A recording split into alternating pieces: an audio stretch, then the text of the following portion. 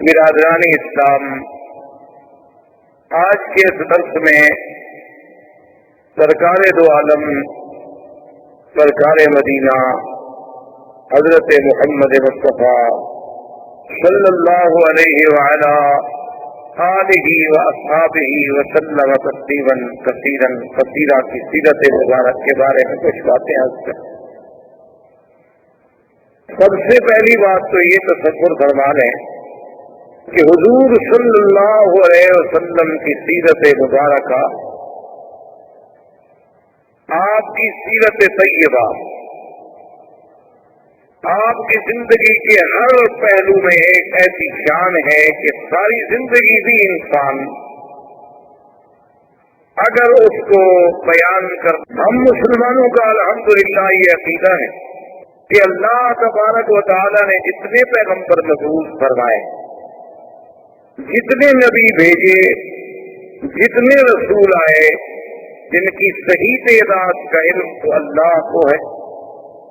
عام روایات سے جو بات معلوم ہوتی ہے وہ یہ ہے کہ 1,24,000 نبی بھیجے گئے، جن میں 313 رسول آئے، اور ان 313 رسولوں میں سے پھر 5 اولو العزم من الرسل آئے، اور ان 5 میں سے بھی پھر سب کے سردار جو ہیں وہ خاتم الرسل سیدنا محمد مصطفیٰ صلی اللہ علیہ وسلم کی ذات مبارک ہے۔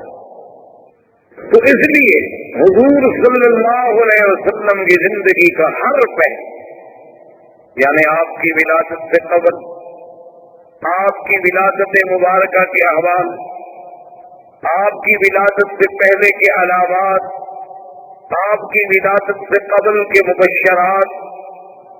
آپ کی ولادت باسعادت کے وقت کے حالات، آپ کا رضا، آپ کا بچپن، پھر آپ کی جوانی، پھر آپ کے ازواج مطہرات سے نکاح، پھر حضور صلی اللہ علیہ وسلم کی بعثت، نزول قرآن، پھر سرکار دو عالم صلی اللہ علیہ وسلم کی مکی زندگی، پھر حضور صلی اللہ علیہ وسلم کی ہجرت، حضور صلی اللہ علیہ وسلم کا معراج، حضور صلی اللہ علیہ وسلم کا اسراء، حضور صلی اللہ علیہ وسلم کے غزوات، اسی طرح حضور صلی اللہ علیہ وسلم کا جمال، حضور صلی اللہ علیہ وسلم کا کمال، حضور صلی اللہ علیہ وسلم کی نوال،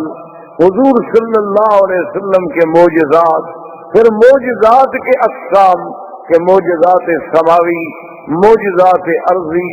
پھر حضور صلی اللہ علیہ وسلم کے معجزات جن کا تعلق جسد رسول سے ہے، جسم رسول سے ہے، اسم رسول سے ہے، حضور صلی اللہ علیہ وسلم کے دین کی آفاقیت، آپ کی کتاب کی عالمگیریت، آپ کا پورے انس و جن کے لیے سراپا رحمت، آپ کا دور بشارت، آپ کا دور نظارت، آپ کا دور اسفار، آپ کا دور فتح مکہ، آپ کا دور اپنوں کے ساتھ، آپ کا دور بیگانوں کے ساتھ، آپ کی خارجی زندگی، آپ کی داخلی زندگی، آپ کے معاملات، آپ کا برتاؤ غلاموں کے ساتھ، کون سا پہلو ہے جس پہ آدمی، کوئی مورخ، کوئی صاحب قلم، کوئی استاذ، کوئی مدرس، میرا تو ایمان ہے کہ اگر ساری دنیا کے پڑھے لکھے لوگ بھی سیرت پاک پہ لکھنا شروع کر دیں تو ہماری اپنے عقول، ہمارے اپنی جد و جہد، ہماری سعی، ہماری ہمتیں، ہماری زبانیں گنگ ہو جائیں گی، لیکن سیرت پاک کے پہلو ہم کسی طرح سر انجام پورے نہیں کر سکتے صلی اللہ علیہ وسلم۔ اب اس بات پہ آپ غور کریں، تاریخ عالم پہ نظر ڈالیں، کتب سیر پہ نظر ڈالیں، جس انداز میں میرے آقا سرکار دو عالم حبیب کبریا حضرت محمد مصطفیٰ صلی اللہ علیہ وسلم کا ورود مسعود ہے، اور کسی اللہ کے نبی پیغمبر کے بارے میں یہ بات نہیں، یعنی اسی سے آپ اندازہ لگائیں کہ 1,24,000 پیغمبر حضور صلی اللہ علیہ وسلم کے آنے کا اعلان کرتے جائیں، اللہ نے قرآن میں تو صرف عیسیٰ علیہ السلام کا ذکر فرما دیا نا، چونکہ آپ سے زمانہ قریب تھا،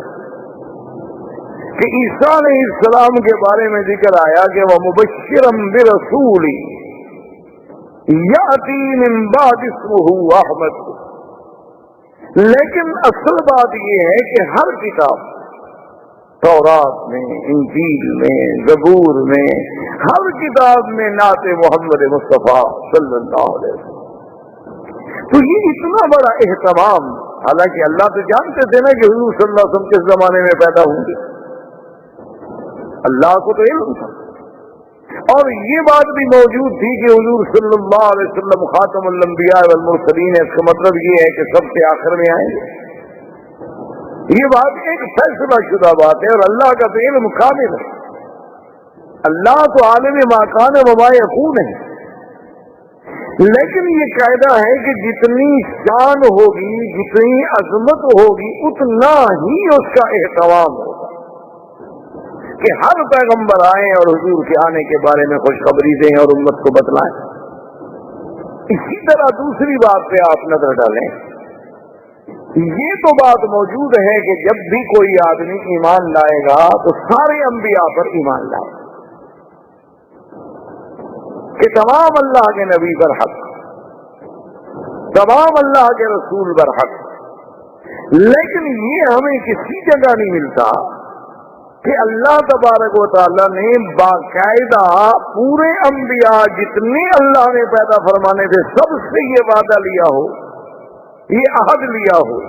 یہ میثاق لیا ہو کہ اگر میرے مدنی پاک کا زمانہ آئے گا تو تم ایمان لاؤ گے، تم حضور کی نصرت کرو گے۔ یہ کسی اور پیغمبر کے بارے میں ہمیں پورے قرآن و سنت سے بات نہیں ملی۔ یہ شان ملی تو صرف سیدنا محمد الرسول اللہ کہ ابھی حضور آئے نہیں، ابھی حضور پیدا نہیں ہوئے،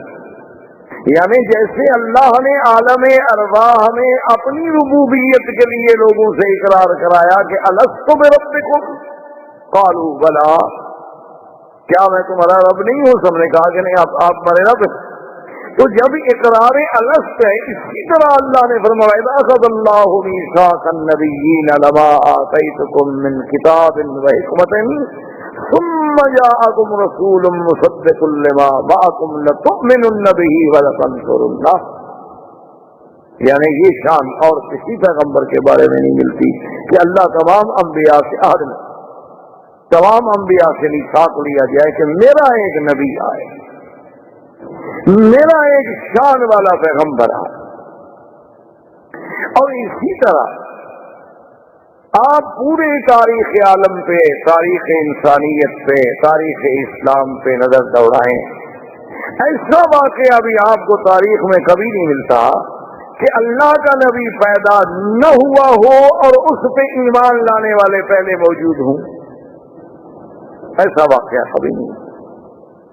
یعنی یہ بات تو ملتی ہے کہ بھی انبیاء آئے، تشریف لائے، کچھ لوگ ایمان لے آئے، کچھ لوگوں نے ایمان قبول نہ کیا، کچھ لوگوں نے تصدیق کی، کچھ لوگوں نے تکذیب کی،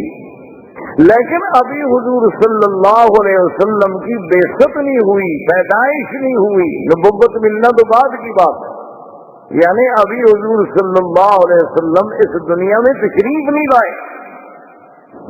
اس وقت تبابع یمن میں سے ایک بادشاہ گزرا جس نے حضور صلی اللہ علیہ وسلم کی سیرت کتب سابقہ میں جب مطالعہ کیا اور سرزمین مکہ و مدینہ سے گزرا اور یہاں کے مناظر کو اپنی آنکھوں سے دیکھا اور ان کتب سماویہ کے ساتھ اس کا تقابل کیا، تو اس نے ایک خط لکھا اور اپنے اس ملک میں شاہی فرمان کو امانت کے طور پہ جمع کرا گیا کہ میرے بعد یہ خط جو ہے محفوظ رکھا جائے، اور جب وہ سرکار دو عالم اللہ کے نبی سرزمین مکہ میں پیدا ہوں تو میرا خط پیش کیا گیا۔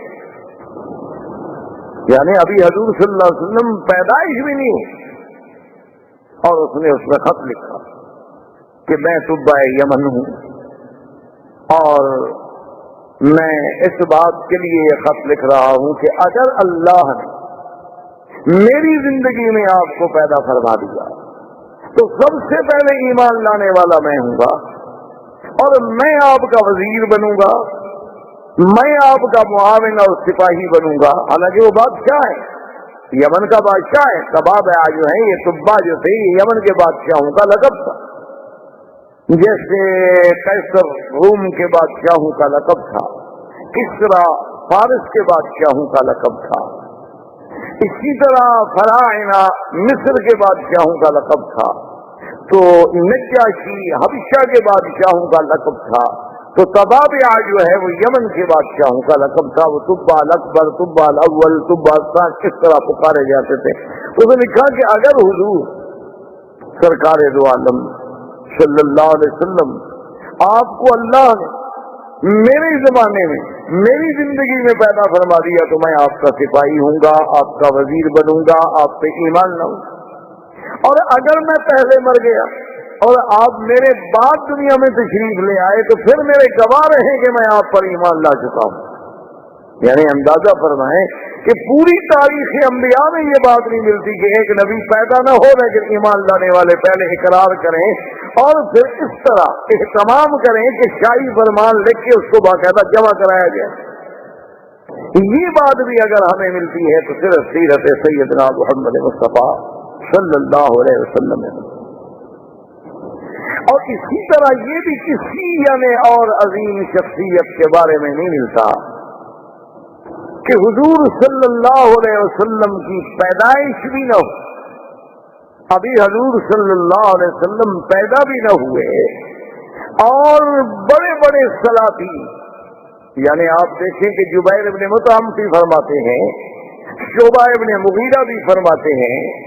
ہاشم ابن عبداللہ بھی فرماتے ہیں، یعنی ایک نہیں متعدد روات اس بات کی بات فرماتی ہیں کہ ہم نے مقوقس کے بعد شاہ اسکندریہ کے پاس، اسی طرح جبیر ابن مطعم کہتے ہیں کہ میں نے ایک بہت بڑے گرجے میں ایک راہب کے پاس میں گیا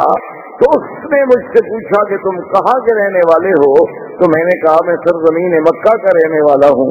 اس وقت حضور کی پیدائش ہو چکی تھی، اعلان نبوت بھی ہو چکا تھا، لیکن یہ اسلام نہیں لائے۔ تو اس نے کہا کہ اچھا میرے ساتھ تم میرے گرجے میں چلو، میں تمہیں کچھ تصویریں دکھانا چاہتا ہوں، ان تصویروں میں تم پہچان لو گے اپنے اس پاک پیغمبر جس کا تم ذکر کر رہے ہو کہ مکے میں ایک پیغمبر پیدا ہوئے ہیں جنہوں نے نبوت کا دعویٰ کیا ہے۔ میں نے کہا عجیب بات کرتے ہو، تو ہمارے قریب کی بات ہے، میں ان کو نہیں پہچانوں گا تو کون پہچانے گا؟ تو کہتے ہیں مجھے لے گئے، ایک ایک خانہ کھولتا گیا، تصویریں دکھاتا گیا۔ ایک تصویر پہ میں نے کہا کہ ہاں ذا صورت رسول، لیکن یہ تصویر ہے اس نبی، اور نے کہا بالکل تم ٹھیک ہے۔ یعنی پہلے سے راہبوں کے پاس، شہنشاہوں کے پاس، مقوقس مصر کے پاس، شاہ اسکندریہ کے پاس حضور صلی اللہ علیہ وسلم کے ولادت سے قبل پیغمبر نے آپ کی شکل بنائی، یا بعض لوگوں نے بربنائے تخیل حضور صلی اللہ علیہ وسلم کی یعنی آپ کی سیرت پڑھ کے، آپ کی صفت پڑھ کے، آپ کی بارے میں حلیہ مبارک پڑھ کے جو تیار کی تھی تصویریں وہ پہلے سے موجود ہیں، اور کسی شخصیت کے بارے میں اتنا بڑا اہتمام نہیں ملتا۔ اور اسی طرح دیکھیں کہ پھر تورات میں باقاعدہ یہ بات موجود ہے، قرآن نے بھی اشارہ کیا، الذين يتبعون الرسول النبي الأمي الذي يجدونه مكتوبا عندهم في التوراة والإنجيل۔ اللہ نے قرآن میں بھی ذکر فرما دیا کہ حضور صلی اللہ علیہ وسلم النبی الامی، جن کا ذکر تورات انجیل میں بھی موجود ہے، اور اسی طرح یعنی تورات میں اتنی وضاحت کے ساتھ موجود ہے، اتنی وضاحت کے ساتھ موجود ہے کہ نام موجود ہے، اور یہ بھی موجود ہے کہ مولدہ بمکہ ومہجرہ بطیبہ، کہ حضور صلی اللہ علیہ وسلم آپ کا مولد جو ہے وہ مکہ ہوگا، ہجرت جو ہے آپ طیبہ مدینہ منورہ کی طرف فرمائیں گے، اور ساتھ یہ بھی لکھا ہوا ہے کہ لیس بفظ ولا غلیظ ولا سخاب فی الاسواق، اور وہ اللہ کے نبی ایسے ہوں گے کہ سخت ہوں کہ آپ کی طبیعت میں درستی ہو، زبان میں سختی ہو، ایسے نہیں ہوں گے، نہ بازاروں میں شور مچانے والے ہوں گے۔ اور یہ بھی لکھا ہوا تھا اس کے اندر کہ انہو یقبل الہدیۃ ولا یقبل الصدقہ، اس نبی کی شان یہ ہے کہ وہ ہدیہ کوئی پیش کرے تو قبول فرما لیں گے، لیکن صدقے کا مال نہیں کھائیں گے۔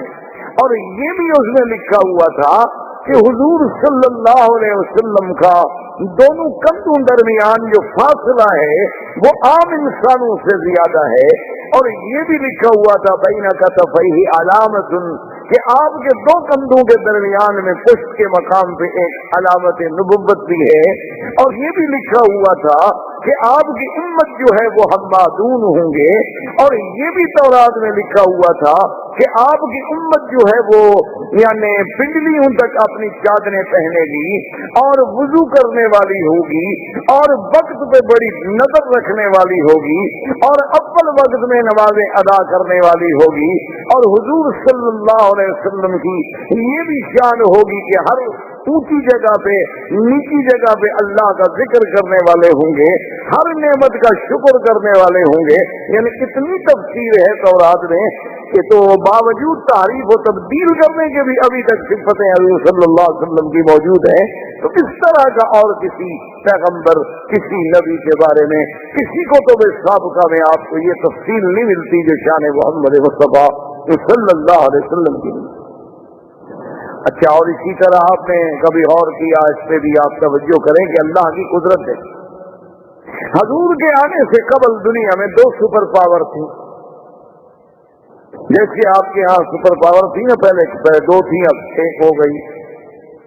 ہم تو خیر مسلمان ہیں، یعنی یہ جو الفاظ مستعمل ہوتے ہیں دنیا کی زبانوں میں، ورنہ ہمارے نزدیک تو طاقت اللہ کی ہے،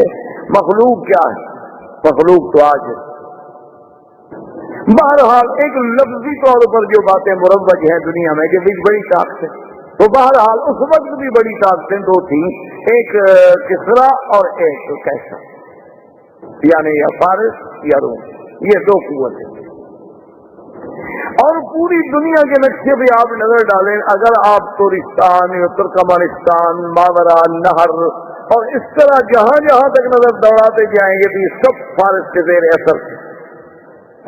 اور اگر آپ دوسری طرف نظر ڈالیں گے کہ بلاد مغرب ہیں، المانیہ جو موجودہ جرمنی کہلاتا ہے، المانیہ ہو گیا، بلاد مغرب ہو گئے، کچھ بلاد افریقی ہو گئے، پھر حبشہ ہو گیا، یہ سارا جو تھا یہ کیسر،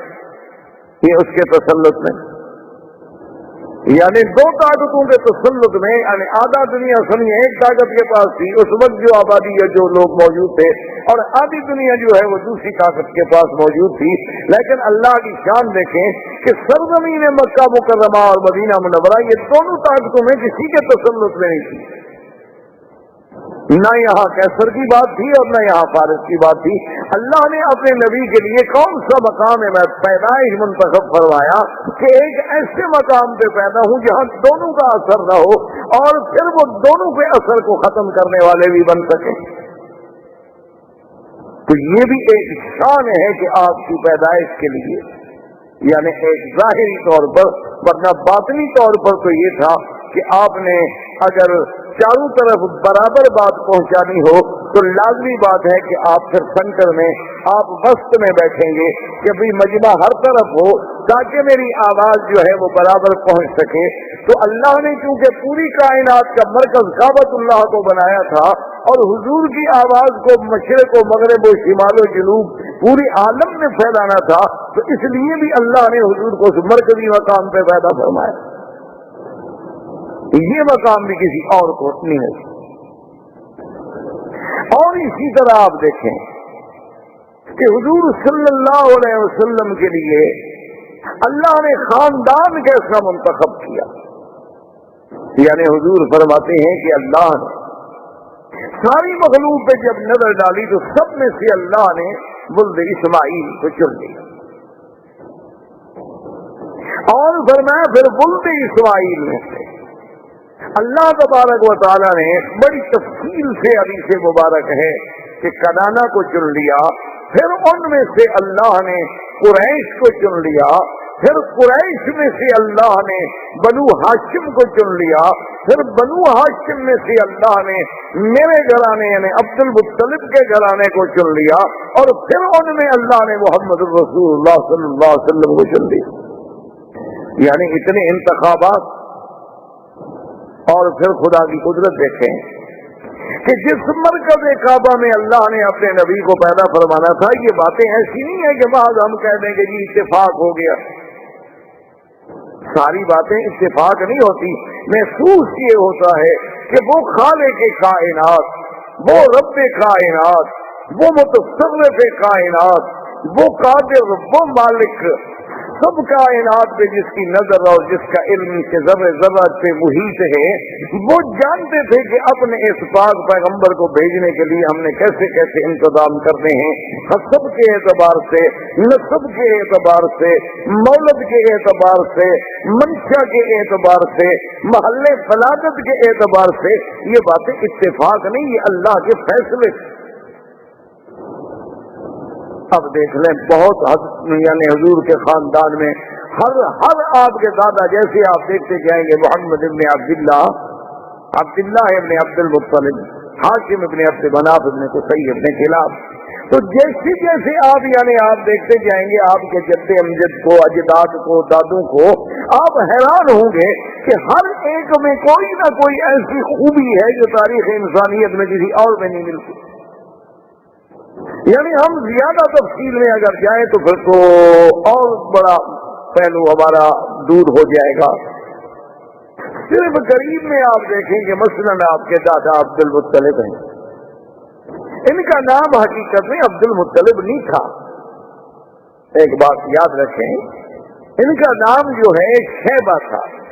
ان کا نام عبد المطلب نہیں تھا. یہ تو معروف اس لیے ہو گیا کہ شیبہ کے جو والد تھے ہاشم، جب ان کی وفات ہو گئی تو شیبہ ماں کے پاس تھے.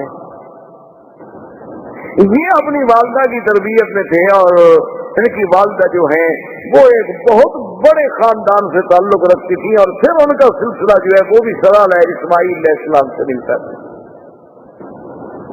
تو جب یہ بچے تھے شیبہ اپنی ماں کے پاس تھے، جب یہ کچھ بڑے ہو گئے تو ان کے چچا تھے مطلب، تو وہ آئے شیبہ کی ماں کے پاس اور انہوں نے کہا کہ بات یہ ہے کہ اب بچہ بڑا ہو گیا ہے تو مہربانی کریں کہ بچہ ہمارے حوالے کریں. اور ماں بڑے گھر کی تھی، بڑے خاندان کی عورت تھی، اور بڑے ناز و نعم سے اس نے تربیت کی تھی، پالا تھا. اس نے کہا مطلب تم جو اس کو لے جاؤ گے کہاں رکھو گے، تمہارے پاس کہاں اتنا ہے کہ اس کی حفاظت کر سکو، خدمت کر سکو.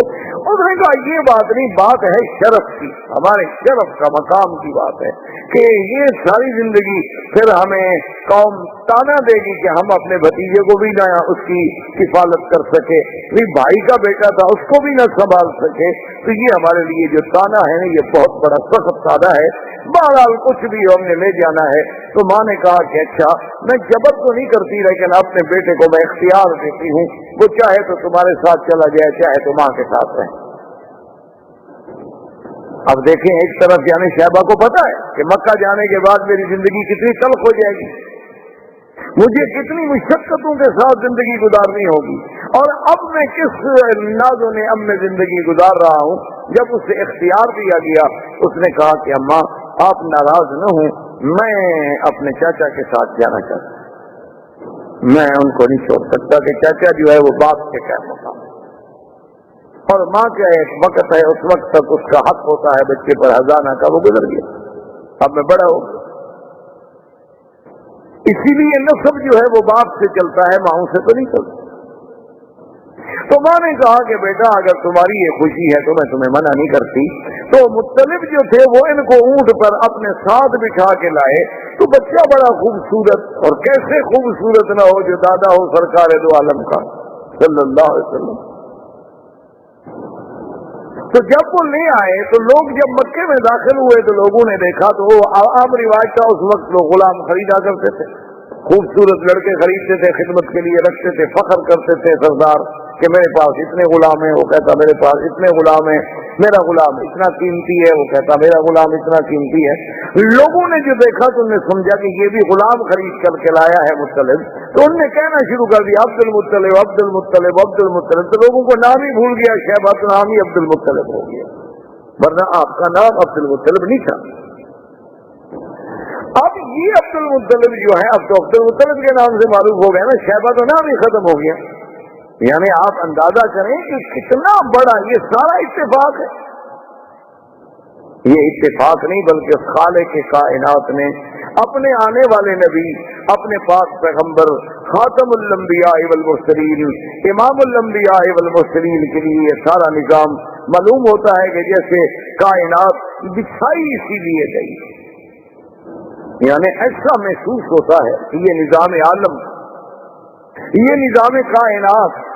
یعنی اس میں جتنے رنگ بھرے گئے ہیں، جس رنگ پہ نظر ڈالو کہیں نہ کہیں جا کے اس کا جوڑ جو ہے وہ سرکار دو عالم سے لگتا ہے صلی اللہ علیہ وسلم.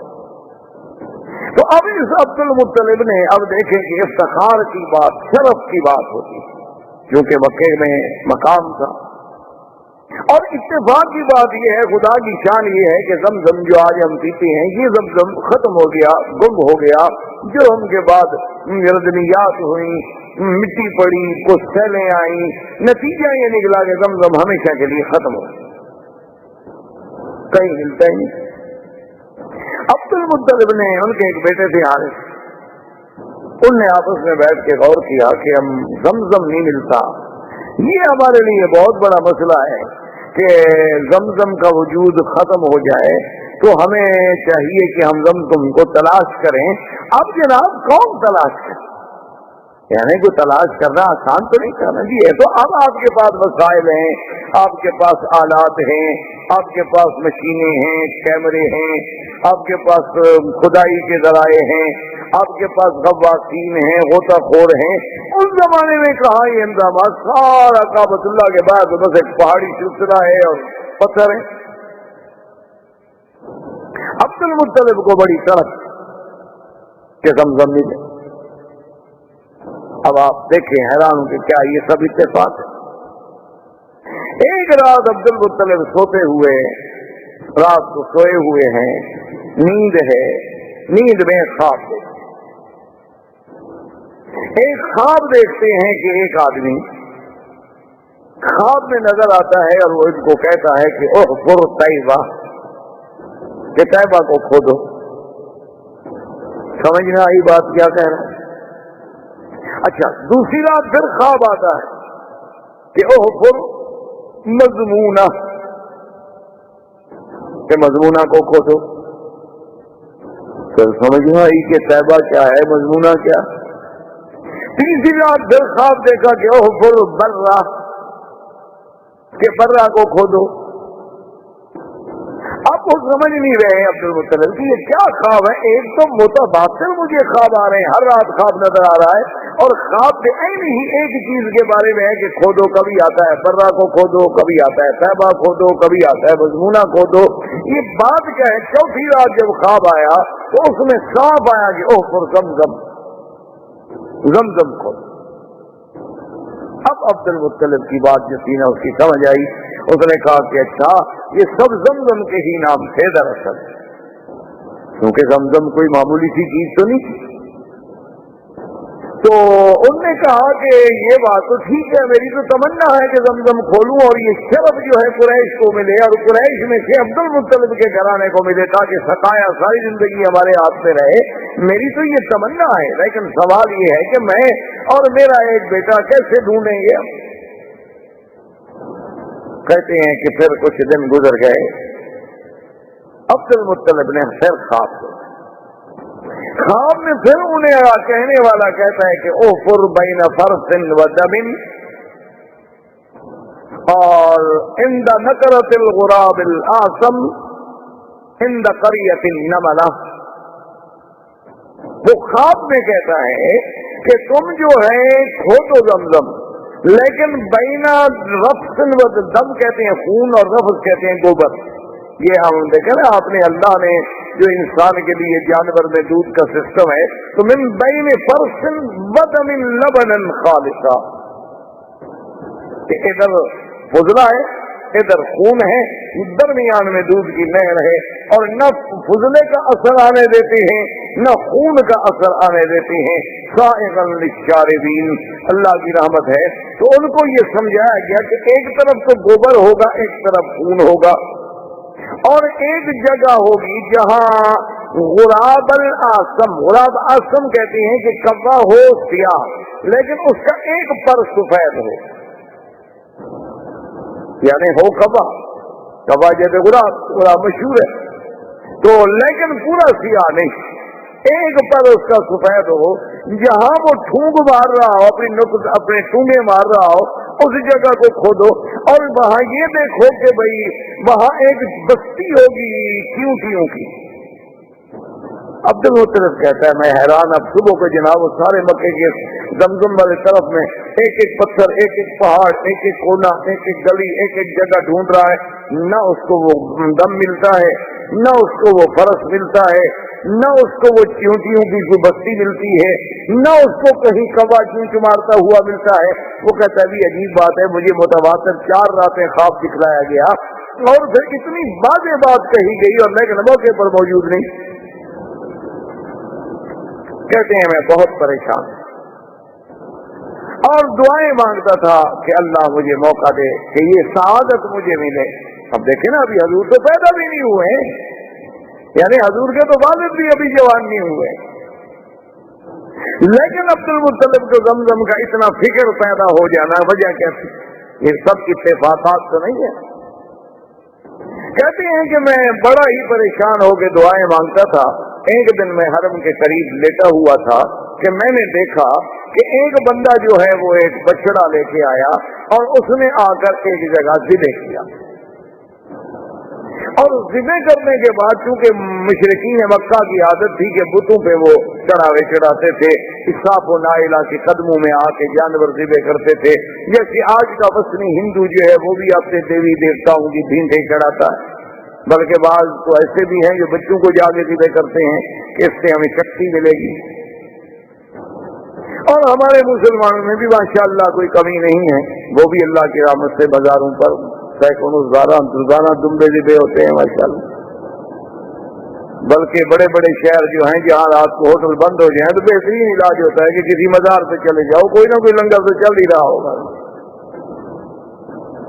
حلال حرام کی باتیں تو پھر قیامت میں پتہ چلے گا نا کہ وہ حلال ہے یا وما اہل بہ لغیر اللہ میں آتا ہے، لیکن وقتی طور پر یعنی وہی ایک جگہ ہوتی ہے جب زندہ کھانا نہ دے تو کہتے ہیں مردوں کے پاس مل جاتا ہے۔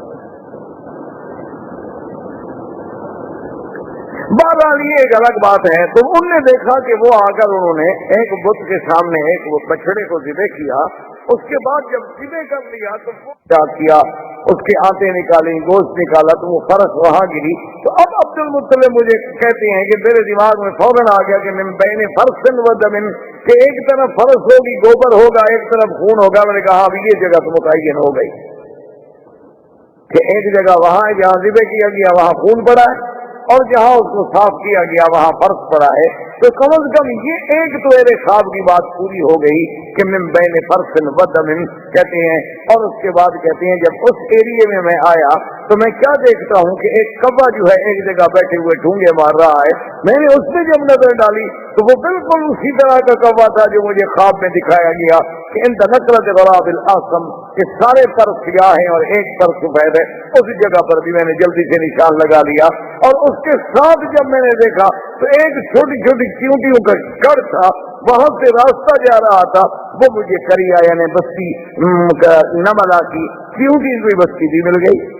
وہ ساری علامات مجھے مل گئی۔ تو میں نے اپنے بیٹے سے کہا کہ بیٹا معلوم یہ ہوتا ہے کہ اللہ نے ہماری بات سنی، کہ اللہ ہمیں وہ اعزاز دینا چاہتے ہیں زمزم کا۔ اب جگہ معین ہو گئی ہے، لیکن خدائی تو بہت بڑی چیز ہے، وہ آسان کام تو پھر بھی نہیں۔ لیکن نے کہا کہ ٹھیک ہے، اب کام کی ابتدا سے شروع ہوئے تو عبد المطلب نے اللہ اکبر کا نعرہ بلند کیا، حالانکہ مشرک ہے، عبد المطلب مشرک ہے، لیکن اب زمزم جب مل رہا ہے تو نعرہ اللہ اکبر۔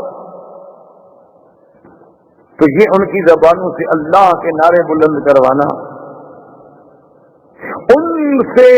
زمزم کے بارے میں اتنا جنون پیدا کرنا کہ اپنے بچوں کو دینے کے لیے بھی وہ تیار ہو جائیں، وجہ کیا تھی کہ وہ اصل سلسلہ جو جڑ رہا ہے کہ جیسے اللہ نے زمزم کو پورے عالم کے لیے پیدا کیا، محمد مدنی کو بھی پورے عالم کے لیے پیدا کیا، جیسے زمزم کو اسماعیل کے قدموں سے پیدا کیا، میرے مدنی کا سلسلہ نسب بھی سیدنا اسماعیل سے ملتا۔ تو یہ سارے سلسلے جو جوڑے جا رہے ہیں تو مگر معلوم ہوتا ہے نا کہ وہ تقدیر ان موتیوں کو پرو رہی ہے، یہ اتفاق نہیں۔ اب جناب جب زمزم کے پانی پر اللہ اکبر کا نعرہ بلند ہوا تو قریش نے کہا کیا بات ہے؟ انہوں نے کہا دیکھو اب تو میں نے ڈھونڈ لیا بھائی، اب تم کیوں نہیں؟ انہوں نے کہا کہ نہیں، یہ تو ہم شرف تمہیں نہیں دیتے، یہ تو کچھ بھی ہو، اس میں تو ہم سب شریک ہوں گے۔ انہوں نے کہا کہ نہیں ایسے تو بات نہیں ہے، چلو ایسا کرتے ہیں کہ ہم کوئی فیصلے کے لیے آدمی چن لیں، حکم چن لیں جو ہمارے درمیان میں فیصلہ کر دے۔ تو اس زمانے میں ایک عورت تھی کاہنہ۔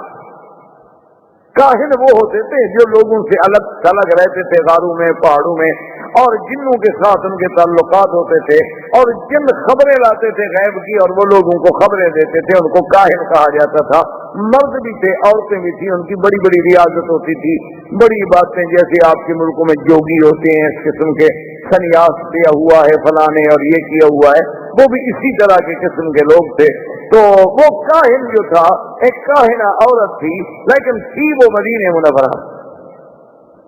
جس پر ان کا اتفاق ہوا کہ کاہنہ بنی سعد جو فیصلہ کرتے ہمیں قبول ہو۔ انہوں نے کہا ٹھیک ہے چلو مدینہ سے، وہاں سے جناب مدینہ پہنچے۔ اب جب مدینہ پہنچے تو انہیں پتہ چلا کہ وہ تو خیبر گئی ہوئی ہے۔ تو آپ خود اندازہ کر رہے ہیں اس زمانے میں مدینے کے سفر کے بارے میں آپ کیا سمجھتے ہیں کہ بھئی یہ 4.5 گھنٹے کار پہ لگتے تھے۔ میرے والد صاحب نے جب مدینے کا سفر کیا تو مجھے یاد ہے فرماتے تھے کہ 2 مہینے لگے تھے۔ پتہ ہے 2 مہینے کیوں لگتے تھے؟ کہ رابغ اور مستورہ ان راستوں میں سیل آتی تھی، پہاڑوں سے پانی چلتے تھے، تو جب وہ سیل آ جاتی تھی راستے رک جاتے تھے، لوگ ادھر والے ادھر بیٹھے ہیں، ادھر والے ادھر بیٹھے ہیں، جب تک پانی کم نہ ہو گزرے کون؟ تو 2 مہینے بیٹھنا پڑتا تھا، کبھی 1 مہینہ بیٹھنا پڑتا تھا، کبھی نہیں بیٹھنا پڑتا۔ جب پانی نہ ہوتا لوگ گزر جاتے تو پھر بھی 8 دن 10 دن لگتے تھے، اونٹوں پر سفر ہوتا تھا۔ اور اس دور میں تو ہم نے بھی سفر کیا ہے جب سڑکیں اتنی اچھی نہیں تھی، کم از کم ٹرک پر یا بڑی گاڑی پر بھی 2 دن لگتے تھے مدینہ منورہ سے مکہ پہنچنے کے لیے۔ اور ان گاڑیوں کو، بڑی بڑی جو ہیوی گاڑیاں ہیں، ٹرالر ہیں، بڑے بڑے ٹرک ہیں، ان کو آدمی پسند کرتا تھا کہ سامان سے لوڈ ہوں اور ہم سامان پہ بیٹھ جائیں تاکہ دھکے کم لگیں۔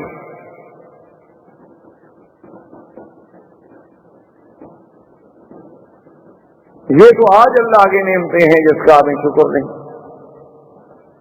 تو بہرحال وہ رابغ جب خیبر گئے، خیبر میں جا کے ڈھونڈا،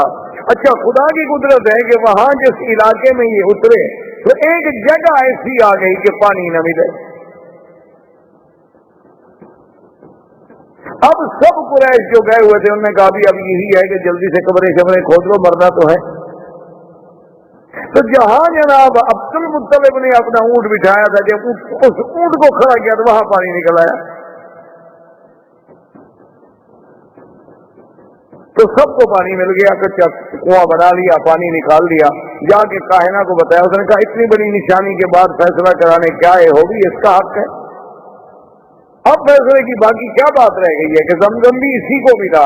جب تم مر رہے تھے تو پانی بھی اسی کی وجہ سے تمہیں ملا، تو یہ تو قدرت کا اشارہ ہے کہ بھئی زمزم کا سقایا جو ہے وہ عبد المطلب کے خاندان میں رہے گا اور کسی کا حق نہیں ہوگا۔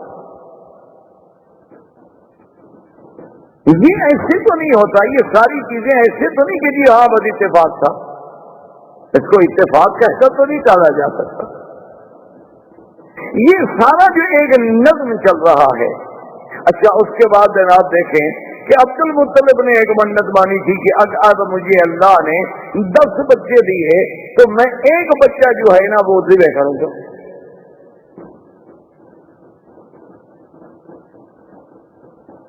کیوں اس وقت فخر سمجھا جاتا تھا نا کہ بھئی سردار جب آئے اس کے پیچھے 10 بچے ہوں، کثرت اولاد جو ہے یہ بہت بڑا اعزاز سمجھا جاتا تھا۔ آج کل تو خیر تھوڑے بچے اعزاز سمجھا جاتا ہے، کہتے ہیں کہ بھئی بچے 2 ہی اچھے، باقی ہوں تو لوگوں کو دے دو۔ انا للہ و انا الیہ راجعون۔ بہرحال یہ تو بہر صورت ان سے پوچھے نا کہ جن نے پہلے منصوبہ بندی پہ عمل کر لیا، بچے 2 تھے وہ بھی بڑھ گئے، وہ اب کیا کریں؟ اللہ کے نظام کو جب چھیڑو گے تو ذلت کے سوا کچھ نہیں ہوگا۔ باقی تم چاہو کہ ہم بچے کم کر لیں گے، فرعون بچوں کو گولیاں چلا کے نہیں کم کر سکا، تم گولیاں کھلا کے کہاں روک سکتے ہو؟ جس میں پیدا ہونا ہے وہ تو ہوگا۔ فرعون نے بھی 70,000 بنو اسرائیل کو ذبح کیا، لیکن موسیٰ پیدا ہو تو اس نے گولیاں مار کے بندے نہیں ختم کر سکا، تم گولیاں کھلا کے کیا بند کر سکو گے؟ بہرحال یہ عرب میں باعث فخر ہوتا تھا کہ اولاد ہو، آگے جا رہا ہے باپ، 10 بچے جناب جوان پیچھے آ رہے ہیں تو فخر والی بات۔ تو بہر صورت بڑی لمبی بات ہے، ان کو 10 اولادیں ہو گئی، ان کے 10 بیٹے، یہ 11واں حارث، اور سب سے چھوٹا بیٹا عبداللہ تھا، یہ حضور صلی اللہ علیہ وسلم کے والد، اور سب سے خوبصورت۔ آپ اندازہ کریں کہ کہاں عبد العزیٰ، اس وقت کے نام کیا ہوتے تھے؟ عبد العزیٰ، عبد اللہ، عبد المنات، عبد المسیح، اور کہاں عبداللہ، یعنی اس نام کا جو چناؤ ہے، کیا یہ بھی ایسی ہے کہ مشرکین جن لوگوں کا تعلق بھی اپنے آلیہ سے ہے، اللہ کے ساتھ عقیدہ ہی نہیں، لیکن وہ نام رکھے عبداللہ کیوں؟ کو قدرت رکھوا رہی ہے نا کہ میرے مدنی کا باپ بنے، اس کا نام تو کافروں والا نہ ہو۔ یہ اللہ کا نظام تھا نا، کوئی آپ نے تو نام نہیں رکھا نا، ہم نے تو نام نہیں رکھا، یہ کوئی نظام ہے کہ اس قدرت کا جو یہ اسباب پیدا کرتی چلی جا رہی ہے کہ جو حضور کے قریب آ رہے ہیں نام کا بھی خیال ہو، نسب کا بھی خیال ہو۔ یعنی اس سے بڑی بات ہو سکتی ہے کہ حضور پاک نے فرمایا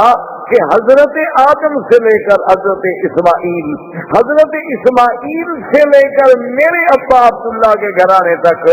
اللہ نے ایسی حفاظت کی ہے کہ ہمارے کتنی بڑی حضرت اسماعیل سے لے کر حضرت یعنی اسماعیل کے بعد عبداللہ تک ہماری اس پوری لڑی میں کہیں عورتوں میں گناہ نہیں آیا، کسی عورت نے گناہ نہیں کیا۔ تو یہ سارا ایسی باتیں یا اللہ کی تقدیر کے فیصلے۔ اب سب سے خوبصورت بیٹا عبداللہ ہے، اور جب جناب وہ بڑا ہو گیا تو عبد المطلب تو اپنی بات پہ قائم ہے، اس نے کہا آ گیا جناب وہ راہب کے پاس، اپنے کاہن کے پاس جو کعبے شریف میں رہتا تھا ان کا کاہن، اس کے پاس ہے، اس نے کہا میں نے تو منت مانی تھی کہ بیٹے کو ذبح کرنا ہے، لہذا چونکہ میرے بیٹے ہیں 10، میرے بیٹے 11 ہیں، لہذا تم پورا اندازی ڈالو کس بیٹے کا نام نکلتا ہے۔ تو اس وقت ہر بچے کا نام ایک لکڑی پہ لکھا گیا، وہ ازلام ڈالتے تھے، ایسے لکڑیاں ڈالتے تھے کہ جس کی لکڑی ظاہر ہو جائے گی سمجھو اس کا پورا نکل آیا۔ اب جب ان نے ڈالا تو پورا نکل آیا عبداللہ کا، اور عبد المطلب کہتے ہیں میں دعا مانگ رہا تھا کہ اللہ میرا کسی بچے کا پورا نکلے لیکن عبداللہ کا نہ نکلے، کیونکہ عبداللہ انہیں بہت محبوب تھا۔